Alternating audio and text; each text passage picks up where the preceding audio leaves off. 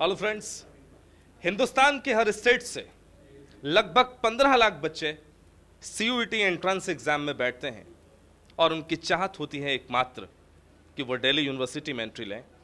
और अगर दिल्ली यूनिवर्सिटी में एंट्री लें तो उनको कॉलेज मिले Shri Ram college of commerce. मिलाते हैं अपने स्टूडेंट चार्टर्ड कॉमर्स के स्टूडेंट आदर्श से, जिन्होंने Shri Ram college of commerce में, जिसमें सिर्फ 625 स्टूडेंट्स का सिलेक्शन होता है, उसमें अपने आप को रखा। ये बहुत बड़ी बात है, जोरदार तालियां इनके लिए। सबसे पहले तो कैसा लग रहा है आदर्श आज?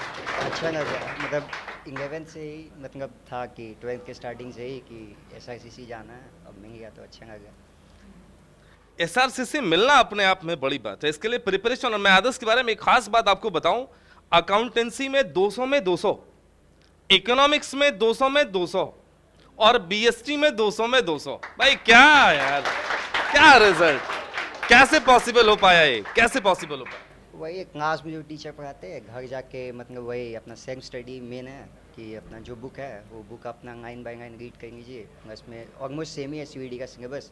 सो मतलब बस MCQ में ट्रांसफॉर्म हो जाता है।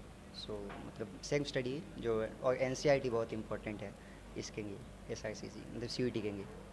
तो NCERT और सेल्फ स्टडी, ये दो चीजों को ये प्राइम फैक्टर मानते हैं अपने सक्सेस के लिए।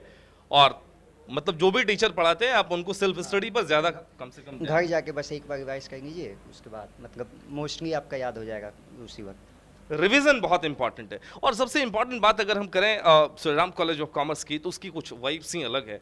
तो क्या शुरू से शौक था कि Shri Ram college of commerce ही, या फिर कुछ और? शुरू से तो शौक नहीं था। मेरी 12th में मतलब लगा कि CUET देना चाहिए, और 12th में उसके बाद देखा कि टॉप पे SICC है, तो उसी के लिए प्रिपरेशन स्टार्ट हो गया। और वो SRCC आपने हिट किया। सबसे बड़ी कोशिश आपकी जो रही है किसी भी पेपर में, सबसे डिफिकल्ट कौन सा पेपर आपको लगा और उसके लिए किस अंदाज में आपने अप्रोच करा है?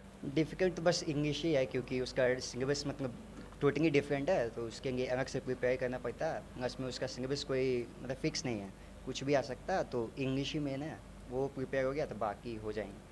और मैं भी ये आपको बराबर बताता रहता हूँ कि अकाउंट्स, इकोनॉमिक्स, BST तो पढ़ें, लेकिन साथ साथ इंग्लिश को इग्नोर ना करें। ये बड़ा प्रीमियम रोल प्ले करता है इस एग्जाम के लिए। तो इंग्लिश को आप बहुत अहम फैक्टर मानते हैं? इंग्लिश मतलब सबसे इम्पोर्टेंट हो जाता है, क्योंकि बाकी सब तो पढ़ा हुआ रहता है, प्लस में थोड़ा कॉन्फिडेंस भी आता है उसमें, बट इंग्लिश थोड़ा डिफरेंट हो जाता है। चलिए आदर्श, आप पे गर्व है, हिंदुस्तान को गर्व है, चार्टर्ड कॉमर्स को गर्व है। ऐसे ही आप बुलंदियों पर छूते रहें। बहुत बहुत आशीर्वाद, बेस्ट विशेस आपके लिए। जोरदार तालियां एक बार।